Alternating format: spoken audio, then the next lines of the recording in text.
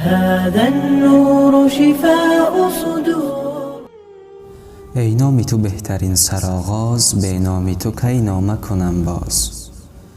از حضرت عبدالله ابن عمر رضی الله عنه روایت است که جناب رسول الله صلی الله علیه و سلم فرمودند در زمان گذشته زن گربه را بسته بود، آن را رها نمی کرد تا برود خودش بگردد و برای خودش چیزی را پیدا کند و نه آن زن خودش برای خوردن و نوشیدنی آن گربه چیزی را می داد.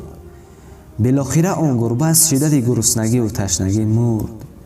از آنجایی که الله تعالی از ظلم خواه آن به انسان باشد یا به حیوان بسیار نفرت دارد و به آن شخص ظالم وعده انداختن به دوزخ را کرده است. آن زن را تنها به خاطر اینکه به گربه ظلم کرده بود به جهنم انداخت. بخاری. السلام علیکم و رحمت الله و برکاته.